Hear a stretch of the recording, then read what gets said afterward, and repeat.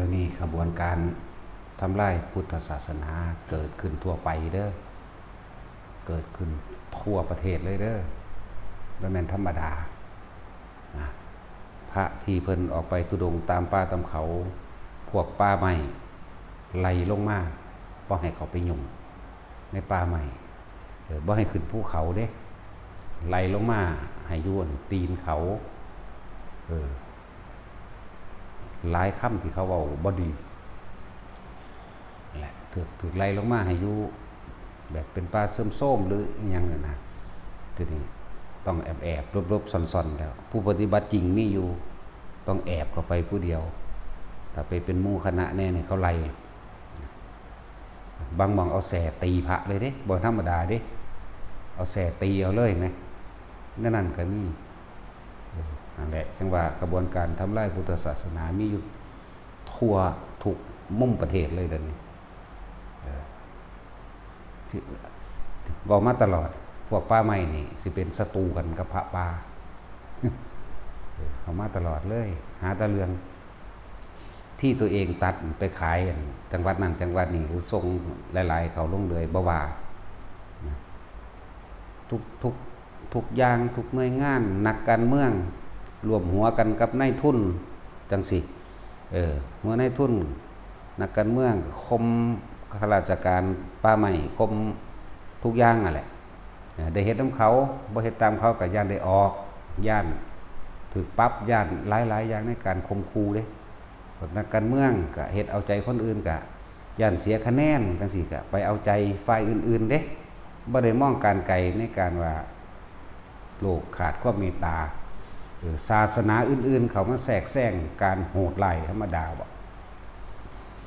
ศาสนาที่บ่มีเมตตาศาสนาที่บ่มีกรุณามุทิตาอุเบกขาก็ฮู้อยู่ตัวมาถ้าออกสื่อมันก็ได้ดอกมันแทรกแซงมันซ่อนกันเข้ามาและการปกครองรัฐธรรมนูญเลยเกิดกลายเป็นต้องอยู่ใต้อำนาจของรัฐซ้อนรัฐเห็นบ่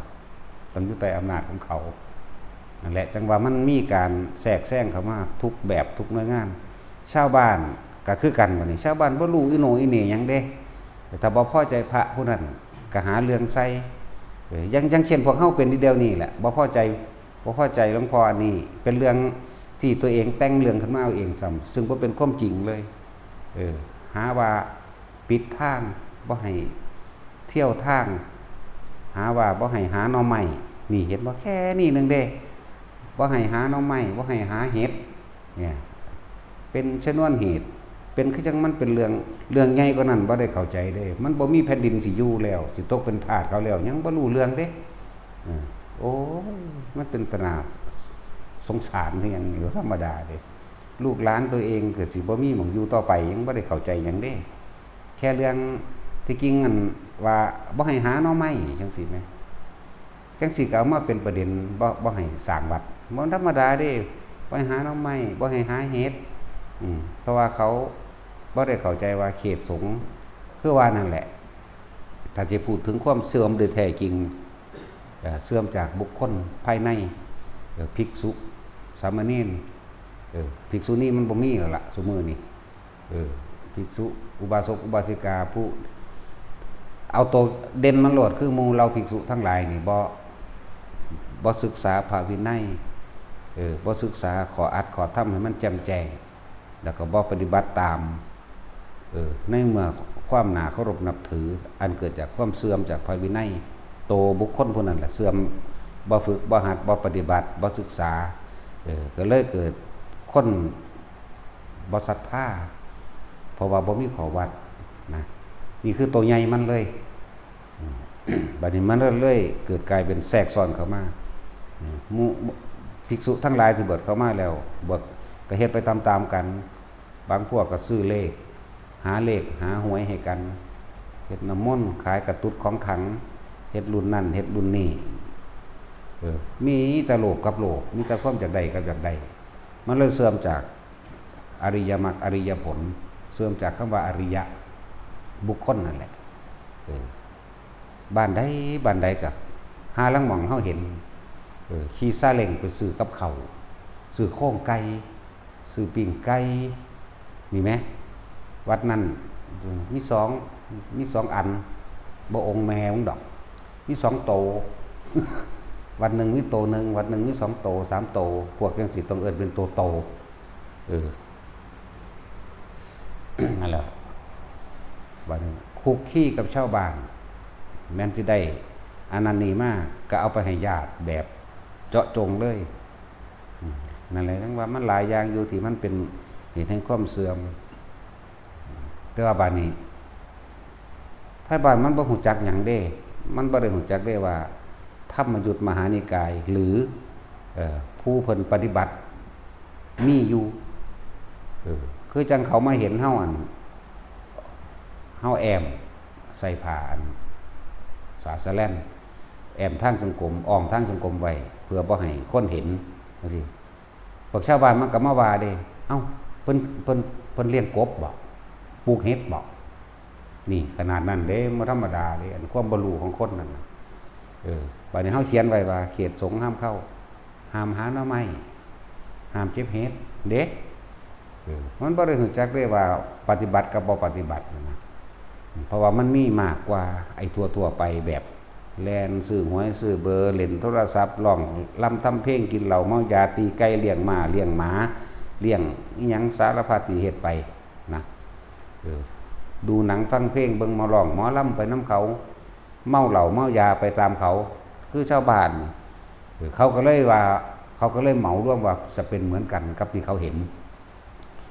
เพราะว่าพวกนี้ปฏิบัตินะพวกที่เพิ่นเขาเจ้าปฏิบัติในป่าแต่สู้ว่ากำลังเดินจงกรมอยู่จังซี่ถ้ามีคนเขาไม่เห็นเขาเจ้าสิหยุดว่ามันสิผิดตรงที่ว่าอวดอ้างคุณวิเศษทำหน้าสยิวหรือทำท่าเคร่งครัดเพื่อให้เรียกคนมาศรัทธาตัวเองมีจุดหมายว่าเพื่อให้เกิดลาภสักการะนั่นเองเขาเจ้าต้องหยุดทันทีเด้ก็เลยต้องแอมก็เลยต้องบังก็เลยต้องมุ่งบังจังซี่ครูบ่ธรรมดาเด้ไทบ้านนี่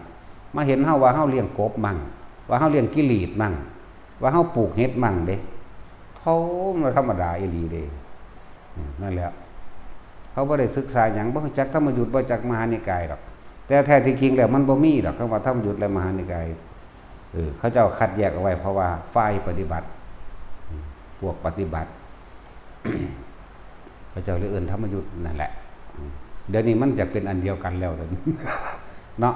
อยากไหลไปทางเป็นอันเดียวกันละเด้คือเฮาบิณฑบาตบ่ให้พรก็ว่าให้เฮาเด้นั่นแหละเพราะว่าบ่ฮู้จักก็ว่าให้แล้วก็นำผ้าคน4-5 คนนี่นำผ้าไปเว้าบ่ให้ใส่บาตรเด้อไสยศาสตร์มนต์ดำก็โตมันเป็นเองโคตรพ่อโคตรแม่มันพากันเป็นเองมันบ่ล่ะก็โตอันพวกนักบวชคือกันก็อิจฉากันเด้ให้ทายเขาเด้แต่ของเป็นเองตัวของพระกันหมู่ไปหาเลขเองบอกเลขเองก็ซื้อเลขเองซื้อเบิดมือเบิดเว้นโหลดจักเลขโคตรแม่มึงหยังแน่เนาะของเฮาก็บ่ฮู้จักเฮาก็บ่ได้เล่นเนาะอยู่ใกล้ๆเฮานี่แหละบักฮานี่ก็เลย นี่อยู่ใกล้ๆเฮานี่แหละธรรมดาได้บักนี่ก็เลยเขาเอาไม้มาท่านคนเขามาวัดหลายอิจฉาริษยาจังซี่แล้วบัดสายดำจังสั่นสายดำจังซี่แม่นบ่ล่ะว่าเฮาเป็นสายดำโอ้ยบักสายขาว ผ้ามูไปเอาตะเลกบักหามเอ้ยแล้วถ้ากูได้ด่ากูเปิดหน้าสู่ได้กูบ่ได้ย่านความตายเด้บ่ได้ย่านความผิดเด้มันบ่มีความผิดแล้วบ่ย่าน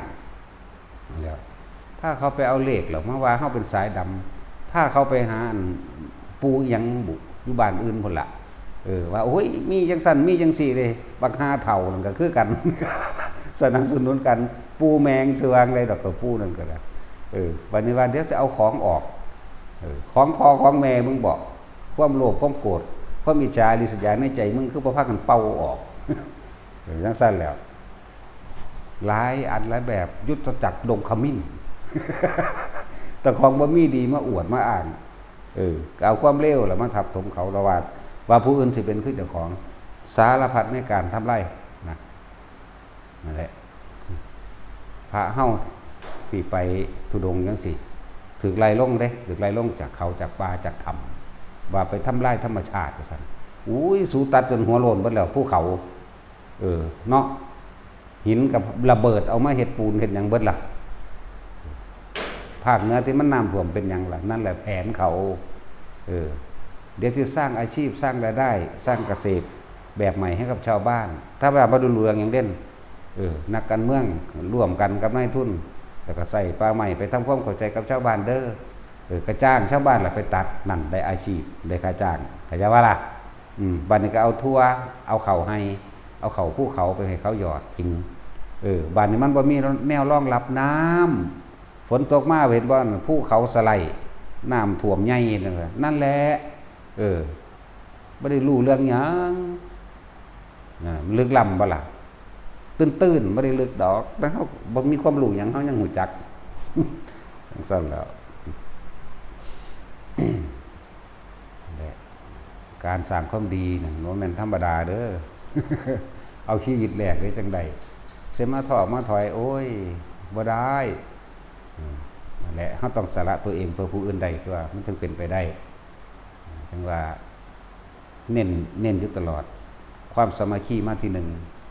บุคคลภายในเพราะว่าการพุทธศาสนาสิถูกทำลายลงได้ตามพุทธเจ้าเพิ่นเว้าไว้ภิกษุภิกษุณีอุบาสกอุบาสิกาไม่ปฏิบัติตามธรรมไม่ปฏิบัติตามพระวินัยนี่คือทำลายตนเองภายในซะก่อนแล้วก็ต้องแทรกซ้อนด้วยบุคคลผู้อื่นเข้ามาเรื่อยๆเห็นบ่ล่ะมีศาสนาอื่นๆเขาแทรกซ้อนเข้ามาตะกี้บ่ได้ยากปานนี้ดอกเดี๋ยวนี้จักแม่นอีหยังยากขนาดเลยสร้างวัดตะกี้ก็ว่าคนมีจิตใจพุทธะคนมีจิตใจรู้เหมือนกันรู้ว่าพระนี่สั่งสอนแสดงธรรมโดยความเมตตากรุณาพระนี่เอาอริยสัจสี่มาสุนี่บ่แม่นพุทธะแล้วเด้มีตลกถ้าบ่ถูกใจกูไล่แค่ว่าความบ่ถูกใจนึงเด้บ่ฮู้จักเฮาซ้ำเด้พวกมาไล่เฮานั่นบ่ฮู้จักเลย บ่ฮู้จักกันบ่เคยมีเรื่องบาดหมางอีหยังกันแต่ว่าเอาการเมืองเขามาครอบงำจักว่าแต่ของเลือกตั้งแพ้พวกเขามาเฮ็ดวัดน้ำเฮานั่นบ่เลือกแต่ว่าเอาวัดนี่มาเป็นเกมไหมมึงบ่เลือกกูแม่นบ่กูก็บ่ให้มึงสร้างวัดเบิ่งดูธรรมดาบ่ขนาดนั้นเด้แล้วเอาวัดมาเป็นเกมบัดนี้พวกนักการเมืองท้องถิ่นได้เป็นเข้าไปแล้วย่านเสียฐานเสียงเขาไปฟ้องหยังเสื้อเขาเบิดทั้งที่บ่เคยเห็นเฮาบ่ฮู้จักเฮานี่เสื้อเขาเบิดทุกอย่างแล้วก็พาคนมาไล่เฮาอีกเด้ธรรมดาเขาเลือกเจ้าของแท้ๆเด้นะ ถ้าสิเว้าแล้วมันหังบ่ได้เกี่ยวกับวัดมันบ่ได้เกี่ยวกับหมู่ภิกษุทั้งหลายอยู่ในหมู่นี้บ่ได้เกี่ยวกับการเฮาพาคนปฏิบัติธรรมอันนั้นเป็นเกี่ยวกับความพอใจของไผของมันในบ้านในเมืองพวกเจ้าเองพวกเจ้าเอาวัดมาเป็นเครื่องมือเฮ็ดหยังกับนิสัยสันดานคนมันเคยคุมวัดเคยคุมเงินวัดนั่นว่าล่ะเคยคุมเงินวัดเด้พวกนี้ถ้าสิจัดงานจัดนั่นจัดนี่แล่นเอาก่อนหลวงพ่อล่ะบ่แม่นหลวงพ่ออยู่นี่เด้ พูดเป็นหยังกระสร้างเขากฐินบ่ผ้าป่าบ่พวกนั้นสิคุมเงินเองนับไปหายไปนำเสียไปนำ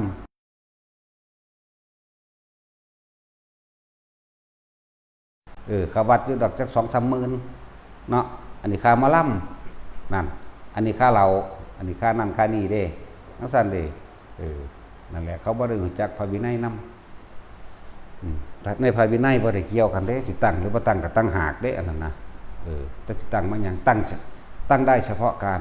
เฉพาะงานเท่านั้นตั้งจบงานนี้แล้วมื้อนี้ล่ะคือจบกันเลิกตั้งหากเขาเคยคุมเงินนำตั้งแต่กี้ก็ว่าบ่เกี่ยวกันเนาะบัดเห็นคนมาหลายเขาอยากเกี่ยวเด้ว่ามันเกี่ยวหยังเกี่ยวอยากคุมเงินอยากได้เงินมันบ่ได้ของกูดอกมันมีทางกูติดสร้างประโยชน์เพื่อสาธารณชนทั้งมนุษย์และอมนุษย์อย่าหวังฆ่ากูตายนั่นมันจังแล้ว มีท่าเดียวมีอันเดียวเท่านั้นแหละแล้วเอาการเมืองมาเกี่ยวกับวัดนำเป็นบุคคลที่มีอิทธิพลมาก่อนเคยเป็นใหญ่มาก่อนในแค่ท้องถิ่นนึงเด้คิดว่าสิเป็นเจ้าชีวิตเขาได้ตีบ่มีทางนะเป็นเจ้าชีวิตเฮาบ่ได้ดอกชีวิตของเฮาของพระพุทธเจ้าแล้วตายค่าแล้วอยากว่า เป็นของพระพุทธเจ้าพูนนี่ก็ฟังแต่ฉายาเฮาเนี่ยเนาะพุทธครุเด้รู้จักบ่นักแน่นในองค์แห่งความรู้นักแน่นในความเป็นพุทธเจ้าได้รู้จักบ่พุทธครุโตเด้มีผู้เดียวหนึ่งได้ในโลกเดียวนี้ เป็นผู้ที่มีความหนักแน่นในความเป็นพุทธเจ้าในธรรมของพุทธเจ้าหนักแน่นในความจริงแห่งธรรมของพุทธเจ้าเด้แปลหลายๆอย่างก็ฟังตาฉายาเนี่ยเนาะตาฉายาบวชที่แรกพุทธรักขิโตบุคคลอันพระพุทธเจ้าได้รักษาไว้ดีแล้วมายัตติใหม่เป็นพุทธครุโตนักก็เก่าอีกเข้าใจว่าล่ะนั่นแหละอย่างว่าก็ฟังแต่ฉายาเนี่ยมันบ่จักแมงบอกว่า และภาษาแค่อันนี่เป็นคือสิเป็นสิตายนี่คนเนาะที่จริงแล้วหาเรื่องเฮาเด้เฮานี่ปลูกต้นไม้ปลูกผลไม้ที่กินได้เอาไว้แจกคนบ่ได้หวงบ่ได้ห้ามไม้ทำฟืนได้ให้เอาไปในคณะสงฆ์ทั้งเบิดนี่คุยกันแล้วตกลงกันแล้วก็ว่าแต่เฮาสิประชุมสงฆ์ว่าอันนี้เฮ็ดจังได๋เนี่ยเขาก็ว่าแล้วแต่หลวงพ่อแน่แล้วบ่ได้คุย แล้วแต่หลวงพ่อก็หมายความว่าเพิ่นมอบหมายให้เฮาเบิดแล้วเป็นผู้ตัดสินในหมู่คณะสงฆ์แม่นบ่ล่ะเฮาก็เลยว่าฟืน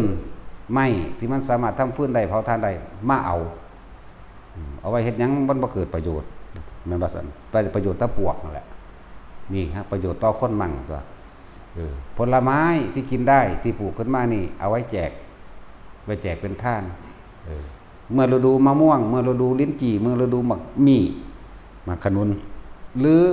พริกยังก็แล้วแต่ที่ยายจ้อยปลูกมันนี่ทุกคน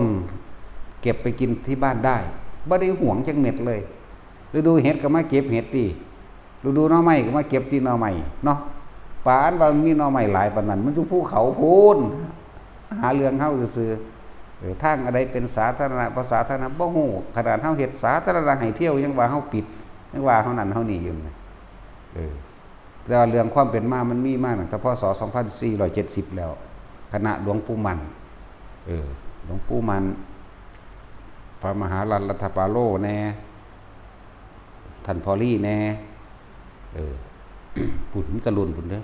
ขนาดรุ่นหลวงปู่ฝันหลวงปู่จามหลวงปู่อัน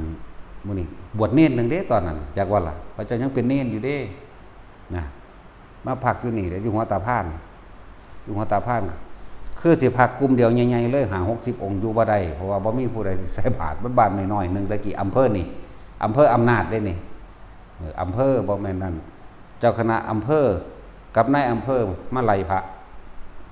มื้อนี้แหละพวกนึงวัดพักอยู่เขาด้วยไกลอาจจะเป็นกลุ่มท่านพอลี่นี่แหละอยู่เขาด้วยไกลก็ไปไล่เขา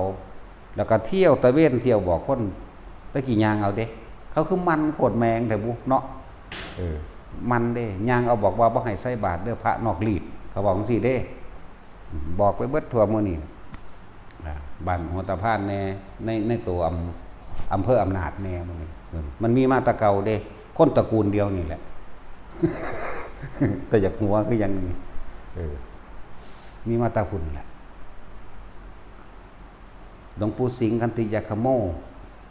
มื้อนี้หลวงปู่ดีชั้นโนมื้อนี้สมัยนั้น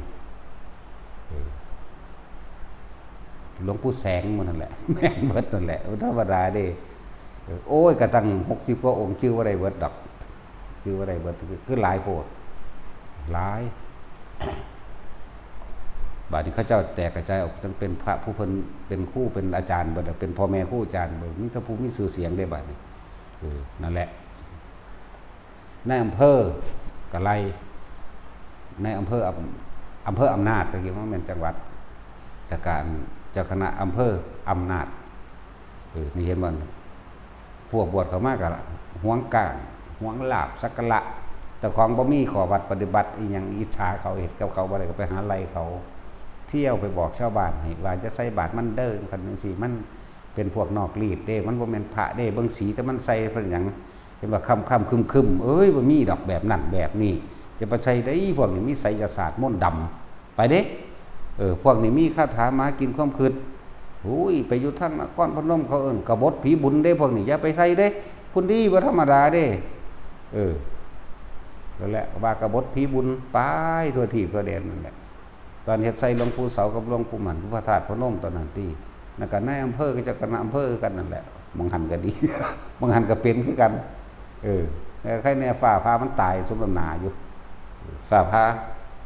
ส่วนนายอำเภออันผู้บวชนั่นน่ะฟ้าพาแบบเดือนมีนาเนี่ยกุมภาพันธ์บ่แม่นมีนาพาเดือนมีนาพาแบบแห้งๆเลยล่ะเปี้ยงใส่ตายโคโลเลยส่วนอันในอำเภอนั่นปืนใหญ่แตกใส่ตะกี้ปืนเพิ่งไหมแตกใส่นี่มันมีมาตรนานแล้วได้แนวจังซี่อยู่นี่พระ60 70องค์ตอนนี้เฮาก็สิอยู่พระอยู่ห่าง60องค์นี่แหละ มันคือคล้ายๆกันเด้ซั่นดอกพวกไปถูดงอีกก็พอแห้งอยู่พวกไปทุดงก็ถึกไล่เพราะพวกทุดงเด้ไล่ออกจากป่าให้มาอยู่แบบเอาเนาะไอ้แยะให้มาร่วมกันอยู่ประเทศไทยรู้จักอยู่บ่ว่าเขามีโครงการว่าสิรื้อถอนสำนักสงฆ์ตลอดทั้งวัด 50,000 วัดพากันเข้าใจอีหยังอยู่บ่เดี๋ยวนี้50,000 วัดเด้โครงการของเขานั่นน่ะพวกแทรกซึมแทรกซ้อนนั่นแหละจักบ่ล่ะถ้าว่ามีความสามัคคีก็เตรียมตัวเป็นทาสจักบ่ล่ะสุนทาสต้องหาเงินให้เขาเด้อปัญญาอ่อนคักหลาย บ่จักความสิเว้าคือกันเฮาก็เลยใส่วิธีการเดียวกันกับเขาตัวแม่นบ่ล่ะไผก็ฮู้หน้าเดี๋ยวนี้ใส่วิธีการเดียวกันจังสิได้ความรุนแรงมันอาจสามารถแก้ความรุนแรงได้แต่ความรุนแรงบางอย่างก็ต้องใช้ความรุนแรงเหมือนกันแหละครับอันทอยี่สีจินพิงแล้วเว้าการที่จะปราบคอร์รัปชันคือต้องทำให้เสียชีวิตเท่านั้นเนาะอันนี้ก็เหมือนกันของบางอย่างก็ต้องสละตัวเองมั่งเลยเนาะ สละตัวเองได้จังใดฮู้อยู่ว่าขาเขาแต่ของตกโลกขาแมงโลดจักบ่ล่ะเอาแบบนั้นได้เฮาอย่าย่านตะบาปหลายเว้าตัวอย่างให้ฟังหลายตัวสันตติอมาตย์เป็นอรหันต์ตัวขาคนเป็นแสนเนาะเฮาขาบ่กี่คนตัว บ่มีกฎหมายใดป้องกันความตายใดดอกนี่โล่งใจหมู่เดียวกันต้องใช้ต้องทำเหมือนกันเขาก็ยังขามาเผาวัดว่าอารามเผามาตั้งสมัยเมืองนารันท่าเด้อเมืองนารันท่าเป็นศูนย์รวมแห่งความรู้ถ้าบ่ถูกเผาที่โอ้ยความรู้อันเป็นประสบการณ์แต่ละพระองค์หมายถึงพระอรหันต์ที่เขาเจ้าจดบันทึกนั้นนี้ไว้หนังสือต่างๆหรือไตรปิฎกต่างๆเรื่องบ่ถูกเผานี่เฮาสิมีความรู้กระจายมากกว่านี้อีกแล้วแต่มันถูกเผานารันท่าบัดนี้ก็มาเผาทางภาคใต้เห็นบ่นั่นพระก็บิณฑบาตยากแล้วเฮาเดี๋ยวนี้ก็ยากคือกัน มีทหารอันนำเฝ้าแล้วโอ้ยเป็นสั่นแหละประเทศไทยนี่เข้าใจยังอยู่บ่เขาสิมีโครงการหรือถอนวัด 50,000 วัดบางใดมันใหญ่เขาสิจัดการบางหันก่อนหมายถึงบางใดมีพระหลายที่ร่วมตัวกันหลายถ้าสามารถจัดการแหล่งใหญ่ได้บางน้อยๆวัดละองค์2 องค์ 3 องค์โอ้ยกระจอกเขาไปคู่บัดเดียวกันนี้แล้วมันบ่มีกำลังจักบ่ล่ะเพราะฉะนั้นสิว่าให้ความสามัคคีกันบ่สามัคคีกันเด้อ เห็นว่าประเทศพม่าฝึกยิงปืน พระนี่เด้จักว่าเขาปกป้องศาสนาเห็นบ่ล่ะพระก็สู้คือกันเด้ จังซั่นตัวก็สิมาฆ่าตะบาปย่านตะวินัยอยู่หั่นบ่วินัยเพิ่นเฮ็ดไว้เพื่อให้ภิกษุทั้งหลายอยู่ด้วยความสมัครสามัคคีกันแต่เฮ็ดอันเดียวกันแล้วมันก็ลงใจกันมันก็ว่ากันดอกเห็นบ่ล่ะเพื่อความอยู่เป็นปกติเพื่อความบ่ทะเลาะเบาะแว้งเพื่อความบ่ถกเถียงกันมีหยังกันนี่เด้เจ้าอ่านมั่งนี่เด้อแล้วมันก็แล้วนั่นตัวเนาะอันนั้นก็เอาไว้ตั้งหากแต่ว่าเรื่องประเทศไทยเป็นเรื่องใหญ่อยู่เด้แต่ลืมได้ถ้าพุทธศาสนาถูกคดล้มพระมหากษัตริย์ก็อยู่ไม่ได้แน่นอนจริงเรานี่กล้าเว้าขนาดนี้แหละ แต่คนไทยบ่ร่วมใจกันแล้วสิไผสิไปร่วมคนไทยพุทธหรือว่าหมู่ภิกษุสงฆ์ทั้งหลายที่บวชเข้ามาแม้นเขาสิบัดดีหรือบ่ดีก็ช่างเถิดจังได๋ก็เป็นลูกหลานชาวไทยเหมือนกันเด้อจะพึ่งกล่าวตูโคตรพ้นสนานในทางที่เสียหายจังได๋ก็เป็นลูกหลานบ้านประเทศไทยเดียวกันนี่แหละให้สมัครสมานสามัคคีผู้ใดบ่สมัครสามัคคีผู้ใดอิจฉาริษยาก็ช่างหัวมันดอกมันบ่กี่คนที่จริงแล้วก็ดีเนาะคนไทยพุทธที่มีจิตใต้สำนึกอันหนึ่งคือมีความเมตตาซึ่งกันและกันเด้บ่ได้โหดร้ายถึงขั้นว่าสิไปฆ่ากันได้ดอกเนาะบ่ได้โหดร้ายขนาดนั้นเด้อยานแต่บาปนั่นแหละของบางอย่างก็สละนี่ล่ะเว้ยฟังข่าวมาก็ว่านั้นข้าวไก่ได้ข้าวพระเฮ้านี่แหละโอ้ยเขาไล่ลงเขาไปให้ขึ้นไปยุ่งเลยเห็นบ่พวกใดพวกป้าใหม่แสตีพร้อมสั่นแม่มึงบาดนี่วะปืนทื่นแมงเลยว่าคือว่าเด้อว่าอันนี้เฮาเว้าเล่นแต่จริงนั่นแหละแต่กูไปเบิ่งแน่กูเมียนแมงโดนนั่นแหละถูกไล่ลงจากป่านี่เขาบ่ได้ไปทำลายดอกแล้วก็บ่แม่นว่าสิไปอยู่ยึดครองเอาเลยคือสูเป็นเจ้าของป่าใหม่สูเป็นเจ้าของโลกแล้วสูสิไปเป็นให้ไปเป็นพวกอยู่ในหันอยู่แล้วเขาบ่ยึดครองเอาคือสูดอกนะเขาเจ้าอยู่แค่มองละอาทิตย์หรือ 2-3 มื้อเขาเจ้าก็ยับไปเลยหมู่นักปฏิบัติทั้งหลายที่เขาเจ้าเข้าป่านี่ถ้าชินกับพื้นที่เขาเจ้าจะย้ายออกที่อื่นเด้อชินแล้วมันเกิดความบ่ย้านแล้วคือต้องไปให้มันตื่นรู้อยู่ตลอดเข้าใจบ่อยู่ทำนี่อาทิตย์นึงยังย้านอยู่จนว่ามันเบิดย้านหายบาดหายกลัวดอกชินแล้วไปที่ใหม่เขาเจ้าบ่อยู่ตลอดดอกบางนี้มีคำล่ำลือว่าน่ากลัวมีผีเจ้าที่แรงไปมองหันตรงนั้นมีเสือตรงนั้นมีนั้นมีนั่นไปมองหันเด้เขาเจ้าไปให้มันผ่านความตายเด้เขาเจ้าบ่ได้หนีเด้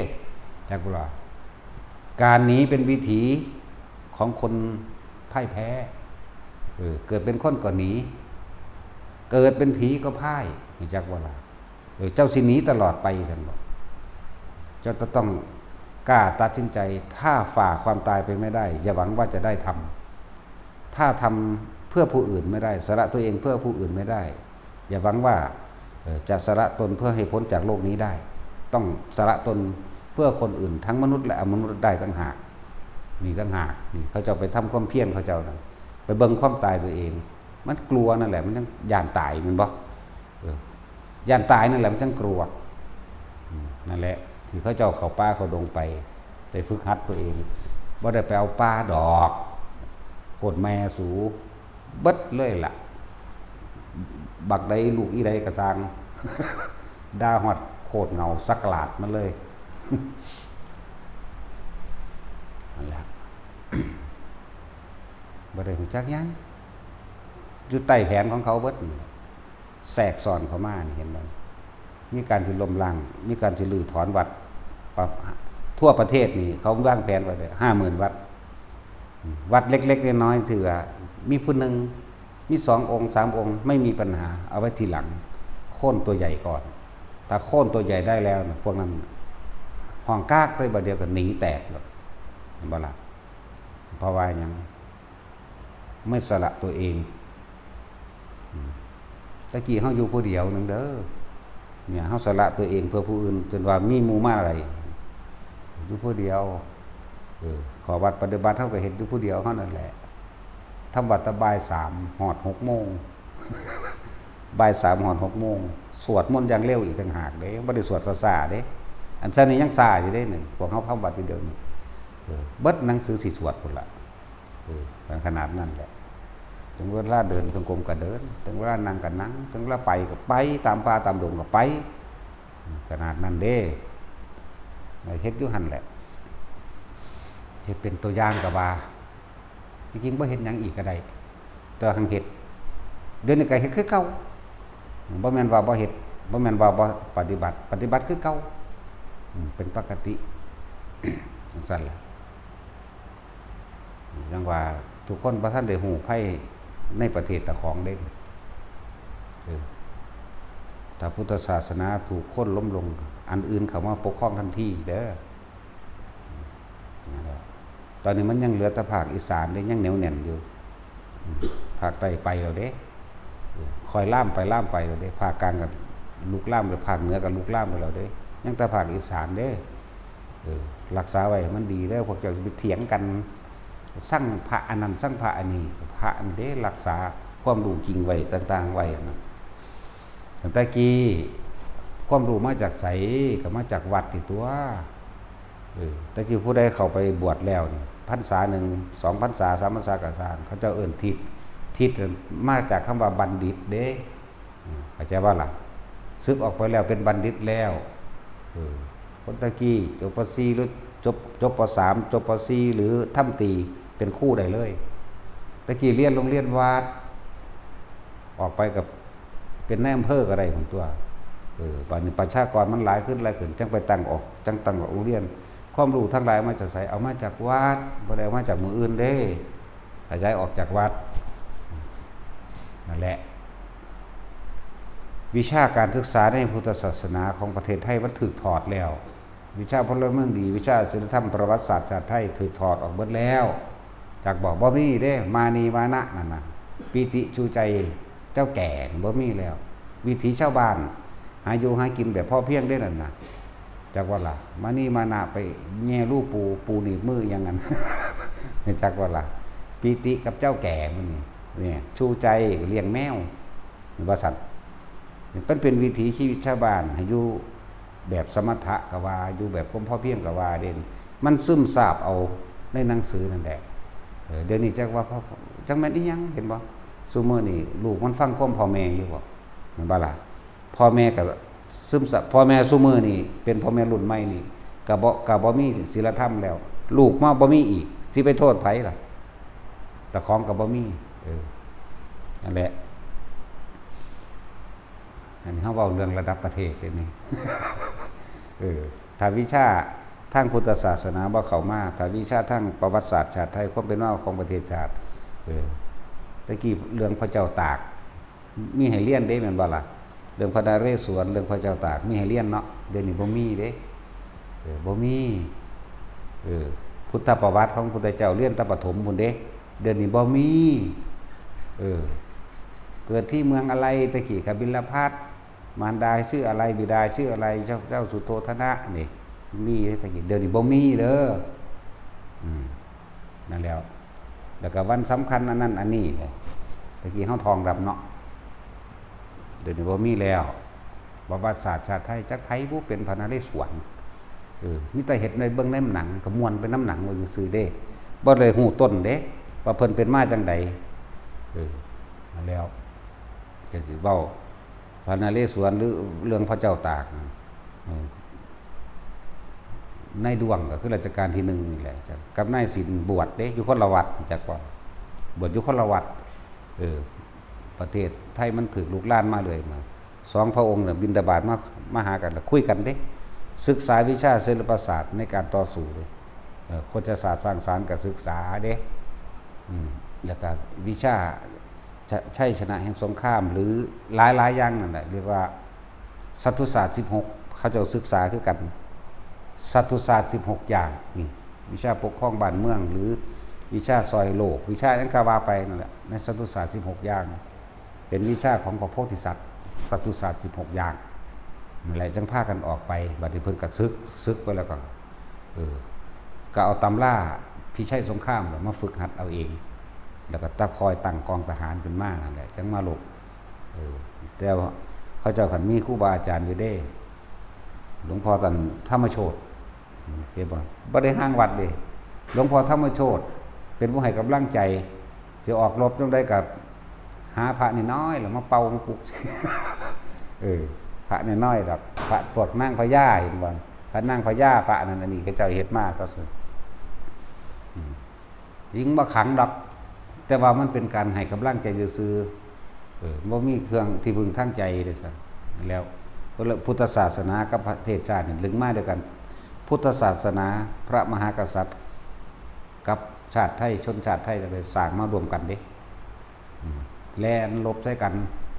ฮึกเหิมขึ้นเล่นมันล่มกำว่าแต่ความกำบ่ได้พระได้สั่นได้เขียดที่แอหน่อยที่ ยัดเข้าไปในปากเขียดมันแตกตายมันก็เต้นดังๆในปากพระขึ้นที่คนก็ขึ้นนำอยากว่าหูยมั่นใจเด้อพุ่นปีนกระแพงก็ไปซัดเขาตายเบิดบาสนะลงมาแล้วเมื่อยหลายนอนอักลากว่าจะเอาไข้ผักมาให้มันตะเขียดจนตายแล้ว เขียดที่แออยากว่าจะเขียดที่แอบ่โอ้มันคือบอกตลกเด้มันบ่แม่นตลกเด้ขึ้นกำแพงนี่ธรรมดาบ่เขียดอยู่ในปากเขาจะว่าพระปากนี่คาบดาบไว้เด้ดึงเสือกกันไปเขาก็แทงลงมันก็ดึงซากลงมาธรรมดาบ่สู้กันตอนมันสิตายที่เขียดดินแห้งๆว่าพระขึ้นมันมั่นใจได้บัดนี้แท่งก็บ่เก็บบัดนี้ สั่นแล้วซากเขาตัวสามารถตีเอาได้ตัวแหละความเป็นมาเด็กน้อยซุมื้อนี้มันฮู้จักอยู่บ่บ่ได้ฮู้จักนายท่องเหม็นเป็นไผก็บ่ฮู้จักเนาะบ่จักหมู่บ้านบางรายจันทน์น่ะบ่จักกำลังมันหน่อยเด้อเฮ็ดจังได๋ก็สิก็งัวควายมันหลายเนาะเฮ็ดเหล่าโทเด้ หมู่บ้านรายจันทน์โอ้ยก็300คนนึงทางนั้นก็มาแต่ 30,000เฮ็ดจังได๋เนาะก็เฮ็ดเหล่าโทใส่โอ่งไว้ที่กอกเหล่าโทใส่กระบอกไม้ไผ่นั่นแหละจักว่าใส่กระบอกไม้ไผ่น่ะกอกใส่ปากงัวปากควายที่นั่นแหละนายท้องเหม็น ขี่ควายสู่ควายตั้งแต่เขาหักไปข้างนึงเด้มันเมาเหล้าที่พวกนั้นก็ใส่ผ้าแดงผ้าลายเนาะกักเห็นว่าควายเมาเหล้าง่วงเมาเหล้าควายเมาเหล้าบึ้มส้นพม่าตาขาวไปแล้วบัดนี้ธรรมดาติแนวมั่นคือหยังนี่ก็นั่นแหละเขาเจ้าปกป้อง300สู้กับ 30,000 ชนะมั้ยเขาก็แก้ขึ้นมาใหม่ขึ้นมาเป็นแสนบัดนี้พวกพม่าตาขาวก็จังสั่นเลยเว้ยปานนั้นยังสิไปออแอกับเขาอยู่อุ้ยบอกมาแล้วกูศูนย์ว่ะ กลับขึ้นไปคือเก่ากูขาทิ่มแมงเบิดละ จังสั่นแล้วบอกมาแล้วศูนย์แล้วบอกมาแล้วโมโหว่ะพวกนี้ธรรมดาดิพวกนี้ พวกนี้แหละคุณ ที่จริงหนีมาทางข้างเดียวกันเด้แต่วันเป็นกรรมรวมกันซื่อๆหนีมาจากคุณละชมพูทวีปหนีมาน้ำกันถึงอิสลามไล่หนีมาเริ่มหนีมาแต่ตั้งแต่อันวิทุทพะขาพุ่นละเริ่มมาจากสันจากกรุงกบิลพัสพวกหนีมาก่อนบัดนี้ญาติกันนี้ที่จริงน้ำกันนั่นแหละที่จริงนะเป็นเรื่องของกรรมเกี่ยวกับภายในเป็นประเภทมาจากพวกเดียวกันมาจากมคธมาจากโกศลกบิลพัสมาจากยังละกุลุลาดมื้อนี้คันธาราชมื้อนี้มาจากพวกเดียวกันนั่นแหละมา7ประเทศพอตึกเขาเผาตึกขาจนลังมาเกือบเบิดพุ่นละบางพวกไปข้างนำประเทศจีนนี่นะข้างอยู่คนไทยใหญ่คนไตนั่นน่ะคนอีสานเฮานี่เด้เว้าแบบเฮานี่แหละคนไทยสวรรค์เพียรเป็นคนไตแล้วก็ไทยอีสานเฮานี่แหละจะข้างอยู่ประเทศจีนอยู่นานอย่างสั้นแล้วบางพวกก็มาทางเรือเลยขามมาทาง พวกอยู่นั่นก็ลงมันดาเร่แน่ลงนั่นนี่แน่พวกพม่าลาวกับอีสานเฮากับเหนือเป็นอันเดียวกันเด้กับบิลพัสเหมือนกันจากบัดนี้กับบิลพัสกับโกศลจริงๆกับบิลพัสตกอยู่ใต้อำนาจของพระเจ้าโกศลเป็นเมืองใหญ่กว่ากันแต่ก็ล่ะแต่ว่ากับบิลพัสอยากยิงอยากเป็นคนยิงนะเมืองของพระพุทธเจ้าเฮานี่แหละแต่ว่าที่จริงทรงช่วยให้พระเจ้าโกศลอย่างนั้นแคว้นโกศลเป็นลบเอา7ประเทศพุ่นมาร่วมเป็นโกศลอย่างเดียวที่บ่สู้กันแน่กับพระเจ้าพิมพิสารเพราะแลกน้องกัน เอาน้องกันมาเป็นเมียเด้จักก็ล่ะจักไผเป็นลุงกันแน่ ลุงทั้งคู่เนาะคืออย่างนั้นอาจารย์ศัตรูกับหลานเด้นั่นน่ะหลานนั่นเด้จังซั่นแหละพวกถึงชีวิตอันนี้มาแล้วมันน่าสลดใจเนาะพวกเฮาเวียนว่ายตายเกิดมานี่เจ้าเฮ้ยกูยังมาเกิดอีกอยู่แล้ว และวิชาที่พาออกจากโลกใดพ้นโลกใดคือพุทธศาสนาเท่านั้นเด้อมักมีองค์8หนทางตามความเป็นจริงนี่แหละเห็นตามความเป็นจริงเด้จึงจะออกจากได้บ่ได้เห็นตามความปลอมว่าพูดถึงว่าพระผู้เพิ่นปฏิบัติดีปฏิบัติชอบตามอริยมรรคมันมีอยู่แต่ว่ามันน้อยส่วนมากนะมันบ่ค่อยปฏิบัติหยังถึงเวลาซื้อเลขก็ซื้อน้ำเขาไปเอาเลขก็ไปน้ำเขาหรือพาเขาไปเห็นบ่ล่ะไปฮอดก็แต่งพิธีนั่นแต่งพิธีนี่ไร้สาระนี่แหละคือการทำลายพุทธศาสนาโดยภายในเสื่อมก็เสื่อมมาจากภายในภิกษุนักบวชเป็นที่หนึ่งภิกษุนักบวชนี่แหละเป็นผู้ทำให้เสื่อมก่อนเพราะว่าบ่ศึกษาบ่ปฏิบัติตามพาเขาเฮ็ดพิธีกรรมต่างๆเลี้ยงผีเลี้ยงสางไปน้ำเขาอันนั้นศักดิ์สิทธิ์อันนี้ศักดิ์สิทธิ์ต้นไม้ก็ศักดิ์สิทธิ์เห็นเด้อโอ้สารพัดศักดิ์สิทธิ์แม่มึงบอกต้นคูนจังซี่มันเอามาคูนมาย่อใส่มันได้เข้าหลายมันก็ได้ซ้ำเก่าทั่วเนาะ หลายอย่างเด้หมู่ภิกษุนักบวชได้พาเหตุก่อนจักบอกเขาว่านี่ความรู้อย่างเด้แต่ว่าคือว่านั่นแหละพวกพราหมณ์สิขาดตาขาวหากินกับคนโง่แทรกซ้อนเข้ามาบวชเพราะว่าตะกี้มันมีลาภสักการะเกิดขึ้นพวกพราหมณ์สิขาดตาขาวเลิกปลอมแปลงเข้ามาบวชอีหลีนั่นแหละบวชตามนั่นจริงๆแต่ว่าความคิดของมันบ่เป็นนักบวชมันบ่สละตนเองจริงๆเลยทำพิธีอันเก่าหรือพวกกันยังก็ถือแม่งสันงอบนะฮินดูพวกฮินดูแม่งสันงอบเขาเอิ้นยังอันโตเป็นคนเป็นนี่ดังเป็นสร้างนะพิฆเนศว่าโอ้ยพิฆเนศผีแมวเขาเอิ้นแม่งสันงอบเคยเห็นบ่ที่มันกินด้วยใบท่านไหม นั่นแหละนั่นแหละเอิ้นแม่งสันงอบแล้วก็ผ้าเขามาเฮ็ดปลุกเสกอันนั้นปลุกเสกนี่แล้วดึงเจ้าแม่นั่นเจ้าแม่นี่เข้ามาเนี่ยเจ้าแม่กาลีมื้อนี้ กาลีบ้านกาลีเมืองบ้านนึงสิมาดึงเขาหลบนับถือมันเสกหยังอยู่เฮ้ยเดี๋ยวบางเฮ็ดตาแดงๆแลบินขลาดงามเป็นตาเป็นเมียน่ะก็สร้างเนาะทั้งสั้นแล้วเป็นตาเป็นเมียน่ะก็ใครสิไล่กากวากอยู่ เจ้าแม่กาลีเด้อจักเจ้าแม่หยังแน่ดอกหลายอย่างนั่นแหละมันแทรกซ้อนเข้ามานํพวกภิกษุนักบวชมันบ่บวชจริงๆบัดนี้ผู้เฮามาตกสมัยซุมื้อนี่มันมีอยู่ผู้จริงๆก็มีอยู่ผู้แสวงหาครูบาอาจารย์จริงๆก็มีอยู่แต่ว่ามันน้อยมันน้อยปัญหาจึงว่าเป็นศูนย์ร่วมเฮาต้องตั้งศูนย์ร่วมแล้วเฮาก็เฮ็ดให้มันเกิดความสามัคคีนำหม่องใหญ่ๆเขาเฮ็ดบ่ได้ดอกแต่ว่าเขาต้องการเฮ็ดหม่องใหญ่ๆคือจังหวัดเฮานี่เป็นจังหวัดใหม่เป็นของใหม่เป็นอำเภออยู่ตุกี้ใหม่แต่คนล้มหม่องใหญ่ๆนี่ได้น่ะหม่องน้อยๆ 2-3 หม่องโอ้โหคู่เข้าเดียวก็ดีหั่นตัวคนบ่ปฏิบัติแม่แม่นบ่ซั่นคนปฏิบัตินี่เขาสละเป็นสละตายใส่เด้สละตัวเองเพื่อรักษาพุทธศาสนาสละตัวเองเพื่อให้ประโยชน์กับผู้อื่นพาเขาเฮ็ดแม่นว่าซั่นฝึกตนดีแล้วจึงฝึกผู้อื่นได้ด้วยเด้นั่นแล้วหม่องอื่นๆบ่ได้ฝึกตนเด้บ่ได้ฝึกเจ้าของก็บ่แปลงซั่นแหละฮอดทั้งแต่ก็ไปตีไก่นำเขาเบิ่งหนังมองหมอลำเต้นอาหารนำเขาก็มีเนาะตัดสิน เต้นอาหารนำเขาก็มีเขาตีกันก็ไปตีเขาก็มีโอ้ยเนาะมาสัตว์กับกูพี่ว่าดิโอ้ย เอากับกูนี่วะนะโอ้ยบักหามเอ้ยนั่นสั่นแล้วนั่นแหละแต่ปฏิบัติบ่ดีบ่เป็นเนาะเฮา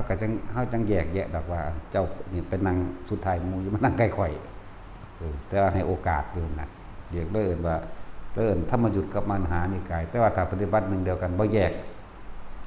มันฮู้หน้ามันก็ปั๊บใส่กันโดดมันบ่อันนั้นดอกแหละจังว่าคนทางนี้บ่ได้จักหยังเดินจงกรมเป็นแนวใดเข้าใจว่ามันเป็นกลมๆนะจักบ่ แบบนี้นะ โอ้ยดอกสารเลวคืออย่างเดียวธรรมดาเด้เห็นเฮาเฮ็ดอันกันเอาผ้าแหงกันยุ่งแล้วก็เฮาก็เอาผ้าอันสาแล่นมาแอมซื่อเลี้ยงกิลีดบ่มันธรรมดาเด้นะแต่จุยจังหวัดเจ้าบ่ฮะ อีหลีนั่นแหละเพราะว่ามันเฮามันมาหลงอำนาจแล้วมันเลยไปอุบลบ่ถึงคือหลวงตาสินว่า สมน้ำหน้ามันหลงอำนาจมันเลยมาไม่ถึงอุบลว่าซั่นหลวงตาสินว่าโอ้ยเนาะใส่แขวแล้วบ่บุแฮ่ๆหั่นล่ะ หลวงตาสินครูบาชายมื้อนี้ครูบาทุยนี่ใครแน่เขาเจ้าเน้นหนานั่นแหละคือความสามัคคีบ่มีผู้ใดทำลายได้เห็นบ่ให้เฮาตั้งเป็นความสามัคคีให้มันได้คือเพิ่นนั่นแหละเขาเจ้าก็ถือเพราะเขาเจ้าคือกันเด้แต่ว่าความสามัคคีสามารถป้องกันได้ทุกอย่างเฮาก็คือกันอยู่อุบลมีหลวงตาศิลป์แล้วนั่นบ่ล่ะให้เป็นหลักทั้งนั้นได้แล้วอยู่ในเฮาเป็นหลักให้ได้คือกันถ้าอยู่ทางอุดรก็คือหลวงพ่ออินพี่น้องทั้งหลายอย่าประมาทหน้านั่นนะจักว่าล่ะ หลวงตาศิลป์บ่แม่นหลวงพ่อใหญ่อินจังซั่นแหละอยู่อันสกลก็มีหลายอยู่แต่ว่าก็โดยหลวงปู่บุญมาแหละทุกนี่ของดีที่สุดเลยหลวงปู่บุญมาคัมภีร์ละอัญโยทุกนี่เป็นของดีที่สุดแม่นของเพิ่นเด้ มันบาปเห็นบ่ วายเป็นไรมันเลยบาป ปู่บุญมาแต่อยู่อันมุกดาหารไปล่ะหลวงพ่ออรันเนาะบ่แมนหลวงพ่อคันชีดบ่แมนหลวงพ่ออรันหลวงพ่ออรันอยู่พูนเชียงรายพุ่น หลวงพ่ออรันสันตามโนอยู่เชียงรายวัดกกอกกันจังว่าพวกเข้านั่นน่ะอย่าลืมคำว่าสามัคคีเด้สามัคคีสร้างประเทศชาติก็ได้เด้แต่ทุกอุบลนั่นแหละหลวงตาสินทรัพย์หลวงตาสินเอาเอิ้นหลวงตาสินเขียววองครูบาทุยหัวลานเกิดมาบ้านก็โอ้ยคือเท่าหลายเนาะ สั่นแล้วเขาเจ้าสามัคคีเด้อแล้วก็ขอวัดปฏิบัติของพระเจ้าก็มีเห็นบ่ล่ะทั้งสั้นแหละเพราะว่าอริยมรรคมีอริยผลก็เกิดอะไรทั้งสั้นแต่ถ้าเงินได้อีกละขอนแก่นกับหลวงปู่น้อยนะหลวงปู่น้อยวัดห้วยน้ำลิ้น วัดห้วยลิ้นเนาะเฮาลึงแต่ว่าห้วยน้ำลิ้นห้วยน้ำลิ้นหลวงปู่ตื้อพูนทางเชียงใหม่พุ่น มีแต่ว่าห้วยน้ำลิ้นมันลึงอันนั้นตะโดนแล้วนับขึ้นหลังไปจาก30กว่าปีจักน้อยนั่นหลวงปู่ตื้อแล้วก็อรัญญาวิเวกหลวงปู่เปียนทั้งต้นใหญ่หอมเราเอามากัดหนังสือเฮา หนังสือมาจากหลวงปู่เปียนเอากำมือสำเร็จแล้วนะ ขาดหมดแล้วก็ธรรมดาแต่ว่าซึ่งได้เกิดซึ่งนั้นดับ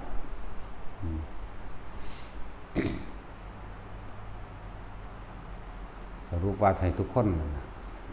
ต้องสามัคคีกันเด้อมีเรื่องภายนอกต้องใส่ความสามัคคีภายในของเฮาจังสิสามารถป้องกันบุคคลภายนอกได้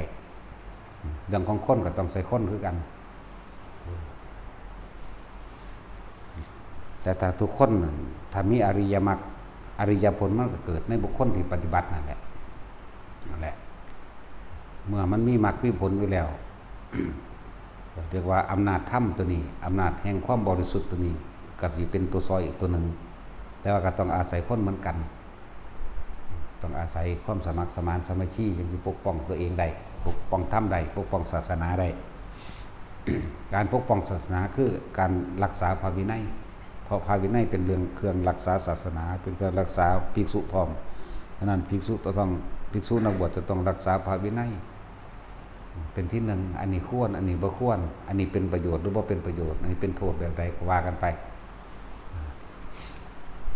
แต่ที่สุดคือต้องสละตัวเองให้เป็นสละตัวเองให้ได้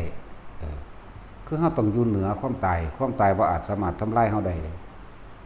แต่คนเฮามันเหนือความตายไปแล้ว มันบ่มีปัญหากับสิ่งใดทั้งสิ้นนะเหนือแน่นอนถึงบอกว่าเฮานี่สามารถที่สละตัวเองเพื่อผู้อื่นได้ มันเหนือความตายแล้วเด้มันจังสละตัวเองได้เห็นบ่นะแต่มีเรื่องแน่งกันหนีทันตัวป่านนี่แหมบ่หนีเด้มีแต่กูสิสู้เด้ มีแต่มึงต้องตายเด้บ่กูบ่ตาย เพียงสั้นแล้ว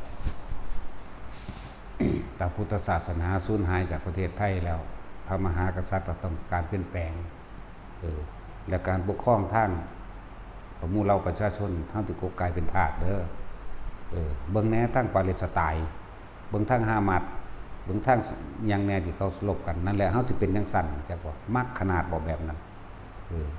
ตอนนี้มันคนบ่ทันหลายซื่อเด้พอกำจัดได้ก็กำจัดเด้อใส่วิธีเดียวกันความรุนแรงมันอาจสามารถแก้ความรุนแรงได้นั่นคือพระพุทธเจ้าเนาะ แต่ว่าของบางอย่างก็ต้องใช้ความรุนแรงคือกันเด้จึงจะสามารถระงับได้ให้เข้าใจว่าคนผ่านคนไม่รู้จักเมตตากรุณานี่ว่าอาจสามารถรับความเมตตาได้นั่นแล้วไปรู้จักตัวว่าอันใดคนผ่านคนบ่ผ่านไหมคนผ่านเข้าใจว่าที่คำเป็นเมียงคือมีกันเถิดมนุษย์สเดรัจฉาโนมนุษย์สเปโตมนุษย์สนิรยโตมนุษย์สเทโวมนุษย์ที่มีประโยชน์มนุษย์สเทโวมันบอกมนุษย์สเดรัจฉาโนบาปกับซ้ำเดรัจฉานมนุษย์สเปโตดีบ่ดีหอดบ่มีบาปมนุษย์สนิรยโตบ่มีเลยเท่ากับยุงนั่นแหละสั่นตัวโอ้ยถ้ามาฆ่าตะยานนันยานนี่อยู่นี่ก็ยังเทียมให้ฟังหลายแล้วพอเฮ็ดจังได๋ก็เฮ็ดตอนที่อำมาตย์คือบรรลุอรหันต์เนาะขาคนมาเป็นแสนขาคนมาแล้วเจ้าเมืองพระราชามหากษัตริย์ประท่านนั่งสนมเป็นคนวังให้งามเด้อซั่นเนาะ เมาเหล้าเมายาภายในนั้น7มื้อฮอดมื้อที่7พระพุทธเจ้ากับพระอานนท์ไปบิณฑบาต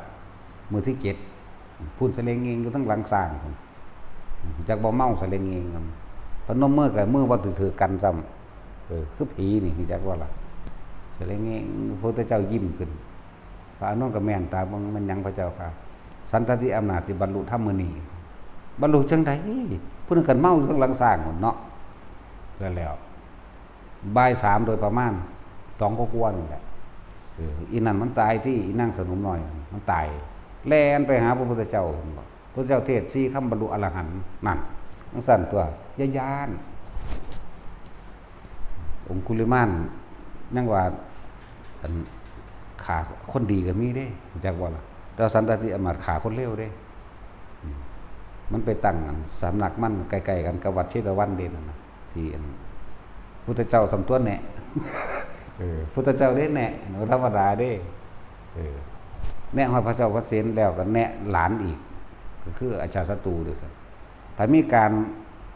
ต่อสู้เฮ็ดจังได๋ทำเท่าที่จำเป็นว่าซั่นแน่ก็ยังมีมั้ยแน่ซั่นมั้ยศึกษามันดีแล้วมีในพระไตรปิฎกพร้อมเด้อถ้าสิเว้าเรื่องพระเจ้าพระเสนที่โกศลเป็นหนังสือเล่มหนึ่งพระเสนที่โกศลละสูตรซ้ำจักบ่ล่ะเป็นเล่มหนึ่งเลยมันก็มีอาจารย์ศัตรูปนในหั่นนั่นแหละนั่นแหละโอ้เพิ่นเน้นขาแต่เฮา มันศูนย์เหมือนจักว่าอันหาเรื่องเฮาอันบ่ให้หาเหตุมูลเบิดแล้วเนาะไม่กูมึงปลูกไว้บ่โคตรพ่อคนแมงมาปลูกไว้บ่เนาะ ก็เอามาเป็นเรื่องต่อรองในการบ่ให้เฮาจัดตั้งวัดซั่นบ่ให้สร้างบ่ทันได้เห็นอยู่กูสร้างแล้วบักใหญ่พูนนั่นแหละเด้อพวกจังซั่นกันลบหลีเว้าเด้บ่คือเฮาเด้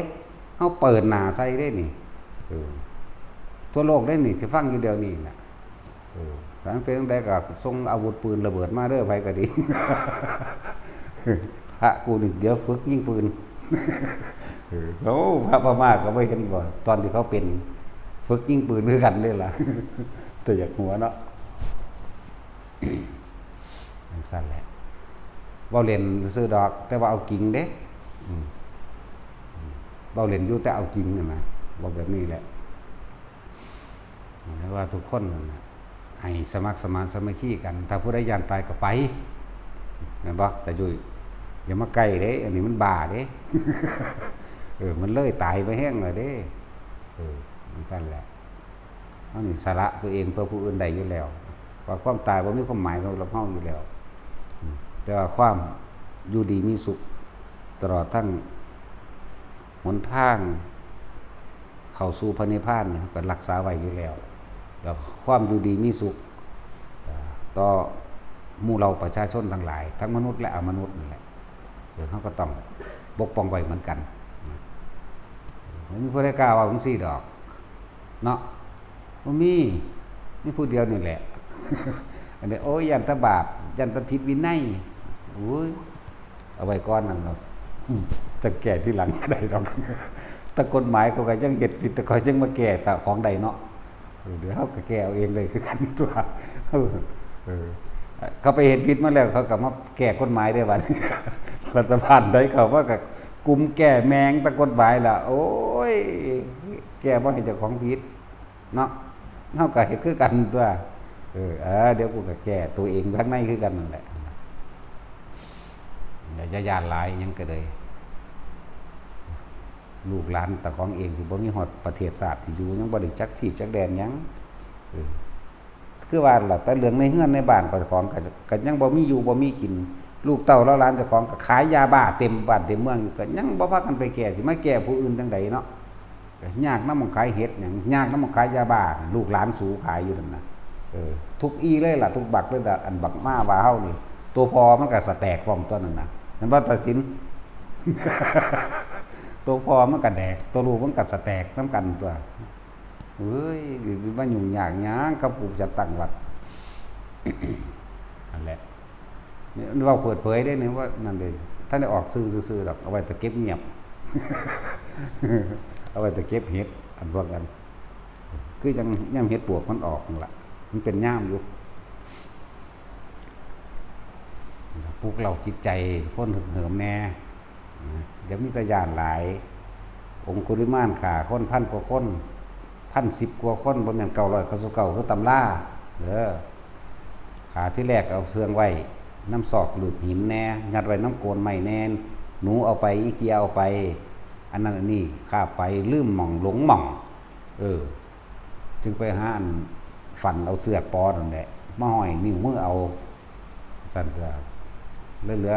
999อีหยังงั้นน่ะจึงว่าไปมีก็ตั้งหากสันตติอมาตย์แสนเด้นี่บ่ได้น้อยเด้นี่พวกนายจุลคาตนี่ว่านายจุลคาตตามตำราว่า 35,000 คนมันเลยนั่นอยู่แล้วก่อนสิมาถูกจับนี่มันก็เกินมาแล้วแม่นบ่ล่ะโอ้ยเยอะแยะนะโจรอันลูกศิษย์สังกิจจะสามเณร500อยู่เดือนมันบ่พอ500หรอกความจริงน่ะคือมันเลวก็เลยเอิ้นว่าโจร500อาจจะอยู่วัง30 กว่าคนนี่แหละโจรนั่นลูกศิษย์สังกิจจะสามเณรพูดพระเจ้าพระเศียรไล่มาสามเณรเสื่องให้ตัวจักว่าเบิ่ง ตอนแรกเพิ่นยืนอยู่นี้พวกทหารไล่มามันบ่มีหม่องเพิงที่บอกว่าพ่อนี้เป็นที่พึ่งให้พวกผู้ขาแนวสั่นไปรีหันสั่นนี่ก็เลยก็ไปรีหันอีหลีโขดหินนิดหน่อยนึงคือสิรีเบิดแต่ว่า500มั้ยเนาะต้อง30 กว่าคนเท่านั้นแหละแล้วเสร็จแล้ว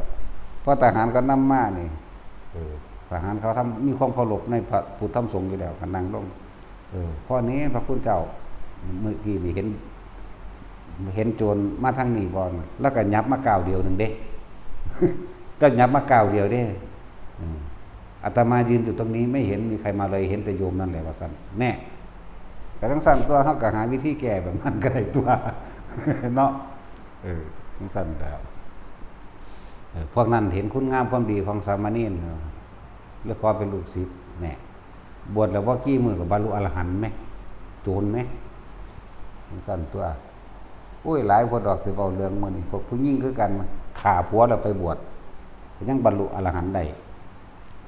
ผัวมันเคยเป็นโจรด้วยซ้ำเคยเป็นโจร นี่คือการปล้นสันเอาของเมียเจะของอยากเอาเก่าที่แต่ว่าสันดานโจรเมียกันปัญญาสลาดดีแน่เดี๋ยวฟังธรรมพุทธเจ้านั่นกษัตริย์สิขากับขาโดดแต่ว่าให้คอยฮักเจ้าหลายให้คอยฟ้อนถวายเจ้าแน่นะเอาท่านก็ขึ้นแน่ฟ้อนไปฟ้อนมาทั้งหลังถีบตกเหวตายซ้ำไปบวชบรรลุอรหันต์อยู่เด้อนั่นแล้วโอ้มันหลายคนอยู่ดอกโสเภณีนั่งอภัปปารีกับบรรลุอรหันต์เด้แต่ในตำราบอกว่าได้อนาคามีเราบวชตอนเราได้อนาคามีจักว่าได้อนาคามีแล้วเราไปบวชหลังจากนั้น7 มื้อเราก็ได้อรหันต์จากบัลลังก์นั่งอภัปปารีแม่นางศิริมาแม่หมอชีวกแล้วก็บรรลุโสดาบันนั่นแหละนางศิริมาก็ว่าบรรลุโสดาบันสั้นแล้วแม่โสเภณีก็ยังมีไหมเนาะคือพวกเขาถามว่าทำแท่งลูกยังสั่นจังซี่หมอดูเขาดูว่าเกาะจะน้ำแข็งน้ำขาเกาะแม่มึงบอกมันบ่ได้ที่ตาทิพย์หูทิพย์มันสิไปหูแม่มึงบอกก็ยังว่าเขาเว้าเขาเดาเอาเงินว่าถ้าทำพิธีแบบนี้เด้อแต่งแบบนั้นหรือนี่เด้อเฮ็ดให้เขา 3,900 ได้ 3,900 เบิดเคาะแล้วบัดนี้ว่าดีใจแฮ่นๆไปได้บัดนี้โอ้ยสัวซ้ำหลายในจังซี่ก็บ่รู้จักนั่นแล้วบ่ซั่นสิว่าพวกตำราพราหมณ์สิขาดตาขาวหากินกับคนโง่นั่นบ่ล่ะบ่กล้าเอาความจริงมาเว้าดอกเพราะว่าบ่แม่นความจริงตำราพรหมชาติผู้ใดอ่านผู้ใดท่องแล้วมันก็ไล่ได้ตัวเนาะสั้นแล้วมันก็มีชั่วจะรู้ความต่อมาลงมาเสียมันมีราคาจอคุณมันก็ไล่ไปที่บัดนี้ตกปีนี้ดีแบบนั้นตกปีนี้ดีแบบนี้อันบ่ดีแบบนี้โอ้ยมันนังว่าดอกเนี่ยปีนี้สร้างแก้วกันสู้ภาษาคำตั้งที่ภาษาบ้านหน้าความสนความบ่ทันเรียนต้องเสียนพารามก็ว่าไปสมคำเข้าไปค่ะนะไล่ไปหั่นแหละบัดก็ว่าเอาเด้อโอ้เจ้าจักปีว่าเด้เอาถ้ามันดูแม่นมันก็สิถามหาปีหาเดือนเฮ็ดหยังสิไปถามวันเดือนปีเกิดเขาเฮ็ดหยังก็เว้าไปโลดแล้วเนาะแม่ว่าล่ะเกิดเดือนใดเจ้าเขียนมาเขียนชื่อนามสกุลจังซั่นแหละเกิดวันจันทร์วันอังคารอุ้ยมื้อนี้แข็งว่าเด้โอ้ยวันพฤหัสวันคู่ซั่นบ่ฆ่าคนก็มีเลยเหรอวันพฤหัสก็เลยมั่วไปเบิดนั่นแหละเฮาจังบ่เชื่อจักเม็ดเลยเขาเอาทำเป็นใหญ่เลยเสือความจริงได้เอาบ่มีผู้ใดมาบิดเบือนหยังกับเฮาได้ดอกในจังซั่นถ้าไปอินแท้ๆเฮาก็ด่าเฮาบ่ได้ด่ามั่วๆเดาๆเด้ยากแต่นำผู้สาวใหม่เองเลยนี่ว่าบ่รอดอีกแล้วบ่ได้ตัดสินรุ่นเด้ตัดสินรอดบ่เฮากูมื้อนี้รอดบ่เฮากูมื้อนี้เด้รุ่นเด้โอ้ยบ่รอดอีกแล้วกูล่ะเด้จังซั่นตัวตามมันเป็นจริงนั่นแหละกับอิลีว่าสันเอื่นว่าฉะกามาพัชระสวรรค์บอกฉะแปลว่า6เอกา1ทวี2ติ3จตุ4ปัจจ5จาก6สัตตจิตอัตถ8นว9ทัศ10จากเบอร์นั่นแหละฉะนี่พวกนี้ยังวนเวียนในการเสพกามว่าฉะกามาพัชระสวรรค์6สั้น1สั้นบ่มีหยังขึ้นไปกันเด้อสิบอกให้เป็นตาเฮ็ดแต่สินจังเอาสวรรค์ได้เจ้าจังสิได้เมียหลายตอนนี้เจ้าได้ผู้เดียวทั้งขี้ลายอืดหืดอยู่โอ้ยเนาะกวนฮิปโปเกียกตมย่ำเงือออกอยู่ไหมหมุนควกก็มาจากตาทั้งคือคักสิถูบับๆมันนึงขากะแยกแต่อย่างหัวคือสั่นแล้วบ่มีหยังได้ทั้งสวรรค์จักว่าล่ะนางฟ้าเกิดขึ้นจากนิรมิตใช่บ่แม่นเป็นคนขึ้นไปน้ำกันเด้ส่วนเป็นคนขึ้นไปน้ำกันก็มีอีกอยู่ระดับหนึ่งพวกที่เขาปรารถนาไปน้ำกันคือพระอินทร์เฮาตะกี้พระพุทธเจ้าเฮามีเมีย4 คนอันนี้เป็นคนขึ้นไปน้ำกันอยู่จากว่าจิตวิญญาณไปน้ำกันนี่นะแต่ว่าพวกนางฟ้าที่ว่าละลายมันมาจากไสผู้นี้ก็ว่าโอ้นางฟ้าบริวารมี700ผู้นี้ก็ว่ามี1,500ผู้นี้มี 3,000มาจากไสมาจากนิรมิตนึกเอาได้เลยนั่นแหละจังซั่นเดี๋ยวเป็นตะไปเกิดได้เนาะตัดสินไปว่าเจ้าแต่โลดเอาขนาดผู้หญิงก็ยังไปเป็นผู้ชายได้เด้ไปหันแล้วเอาก่อน ไม่ไงอันสิริมหามายาตอนนี้เราเป็นเทพสันดุสิตได้นั่นน่ะเราเป็นผู้ชายได้ตอนนี้บริวารแสนหาคนได้ธรรมดาบ่เพิ่นสิเว้าเราเป็นผู้ชายได้ตอนนี้แล้วก็มีเทพนี่ไอ้นางฟ้านางสวรรค์เป็นบริวารเป็นแสนหาคนได้แล้วเราต้องเกิดอีกอยู่ศาสตร์นึงลูกผู้ละก็จะไปเป็นแม่บัดมาเกิดเป็นคนมาเกิดเป็นผู้หญิงได้บัดนี้มาเกิดเป็นแม่ภาษีได้บัดนี้จังซั่นล่ะนี่เรื่องของกรรมหลายอย่างที่ถ้าเฮาได้สามารถรู้ได้เนี่ยเป็นประสาทธรรมดาบ่คือจังงั้นตำราพระมหากัสสปะพระศรีอริยะต้องเผาเด้เวลาในสมัยการศาสตร์นึงล่ะพระศรีอริยะเป็นนายขวัญช้างพระมหากัสสปะเป็นสร้างเด้เป็นสร้างผู้ซื่อสัตย์พร้อมเรียนกันแต่ว่าเพิ่นปากบอนซื่อดอกอยากอ้างอยากว่าพระศรีอริยะสมัยนั้นเป็นพระโพธิสัตว์อยู่เพิ่นอยากอ้างว่าสร้างนี่ฮู้บอกให้จับหยังลากหยังเฮ็ดแบบใดได้ทั้งนั้นแต่ไปอ้างหมู่ไปพนันหมู่พนันพุละ1ก็หาปณะมั่ง2 3 4 5จนถึง100ก็หาปณะมั่งชนะมาเรื่อยเด้เพราะว่าสร้างเฮ็ดทำตามเลยเบิดต่อมาไปพนันกันกับพระราชาที่1,000ก็หาปณะบัดนี้ซั่นแล้วว่าสร้างนี่ผู้ข้าสามารถทำตามคำเว้าได้เบิดทุกอย่างเลยเอาจริงไหมเอาจริงเอาตกลงกันฮอดมื้อท่านัดกันไว้นี่เห็นบ่ล่ะประชาชนชาวเมืองมาทีผู้ใดสิไปฆ่าทีศว่าสิเอาเหล็กแดงๆแทงบักใหญ่นั่นไปเผาซ้ำต้นตาลไว้อันเหล็กแดงนั่นก็ดีเผาจนว่ามันแดงขึ้นข้อนั้นว่าถ้าว่าเป็นจริงดังนั้นประชาชนชาวเมืองทั้งหลายมันเป็นพยานเด้อคนก็ห่มไปเบิ่งติกล้าท่าพระราชานี่เห็นบ่ล่ะปากบ่ดีปากบอนว่าอยากอ้างอยากอ้างเด้น่ะอ้างว่าเจ้าของเก่งฝึกสร้างได้เห็นว่าเฮ็ดให้ผู้อื่นตายแล้วสุดท้ายแล้วก็ฟ้าเด็กแดงมาพ่อตาหูว่าให้ไปอุ้มเล็กแดงจากตรงนั้นมาแล้วมาว่างไว้ตรงนี้นั่นหัวใจหักวาบบ่นึงสำนึกได้เมื่อภายหลังบอกว่าเดี๋ยวจะคุยกับสร้างว่าเพื่อนจังได้กระจังเถอะถึงมันเฮาสิถูกประหารกระจังไปขอให้เธอจงทำทาเห็นบอกให้แกล้งว่าเป็นตกมั่นหรือหนีแล่นกับป้าซะส่วนเรื่องนี้เฮาสิเป็นผู้รับถูกประหารเองหรอกท่านพระเจ้าสร้างบอกว่าจะเฮ็ดจังสันเพื่อนแต่จังได้กระจังเถอะจงสละชีพแต่ว่าอย่าเสียสัตว์เห็นบ่นี่ให้เป็นคนที่รักษาสัจจะเพราะสัจจะทั้งหลายสิเป็นบารมีอย่างยิ่งย่อมตายดีกว่าขายสัจจะบ่ได้ตกมันบ่ได้เป็นบาบ่ได้ถึงมันสิตายก็ตายเถอะแต่ว่าเฮาตายเพื่อรักษาความจริงแม้นชีวิตนี้เกิดมาก็ต้องตายอยู่ดีนั่นเฮ็ดได้ตกลงก็ไปแล้วก็ย่างไปเลยที่บัดเว้าคุยกันแล้วนี่แต่เรื่องมันลึกซึ้งกว่านี้เด้เฮาบ่เว้าให้มันลึกซึ้งซื่อๆมันสิให้มันลึกซึ้งกว่านี้เด้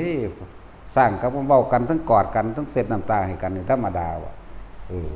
นั่นล่ะโทษปากบอนอันจักอ้างกันอวดว่าเจ้าของนี่ดีด่าภาษีเอาเพิ่นเป็นโพธิสัตว์ระดับเดียวนี่นั่นแล้วไปก็ไปกอดมาติกอดก็ยกขึ้นห้องคำรามขึ้นย่าง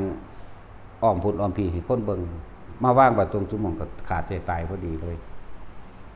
ก็สนะอยู่ได้เงินอยู่แต่ว่าเสียใจบ่ล่ะคิดได้มาภายหลังเบิดนั่นแหละจนถึงสุดท้ายแล้วเมื่อพระศรีอริยะตรัสรู้แล้วครับแสดงธรรมมัจจกปวัตตนสูตรครั้งแรกมีหมู่ภิกษุสงฆ์ทั้งหลายบรรลุพระอรหันต์ประมาณไม่ได้เด้ประมาณไม่ได้เข้าใจคำว่าประมาณบ่ได้บ่ทั้งเทวดาทั้งมนุษย์นั่นแหละทั้งมนุษย์และอมนุษย์นั่นแหละประมาณบ่ได้มาบวกกัน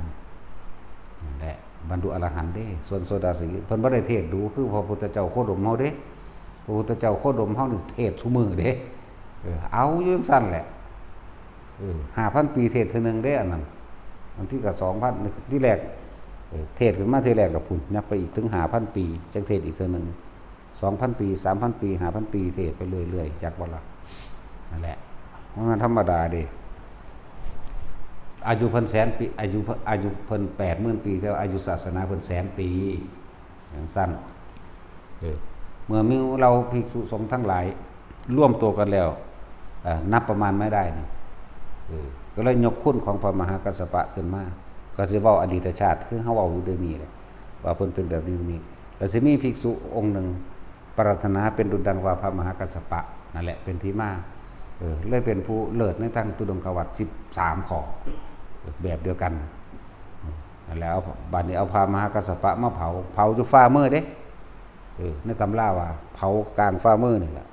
มื้อนั้นก็เลยเกิดกลายเป็นมีแผลเต็มนั่นละบาปกรรมเขาจะสดใสกันเห็นบ่น่ะขนาดคนมีบุญกับคนมีบุญก็ยังได้สดใสกัน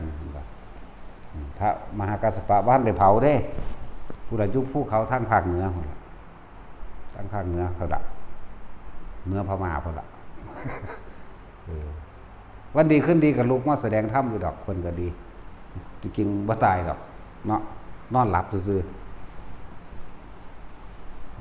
เคยเห็นน้ำอยู่บ่เดี๋ยวจังมาเว้าน้ำฮะเดี๋ยวตำรามายืนยันเด้ตำราก็ว่าแนวนั้นตำราบ่ได้ว่าเพิ่นออกมาแสดงธรรมเด้เนาะตำราว่าอยู่เว้าคือค่อยเว้าอยู่เดี๋ยวนี้แต่ว่ามันนอกตำราไปเด้มันลานเรือนคู่เด้ผมบ่ฟังความไผปานใดเด้แต่ว่าบ่เห็นเอาเองผมบ่เชื่อเด้แต่บ่เห็นเอาเองมันเป็นแนวนั้นซั่นแหละเอาสมาทาน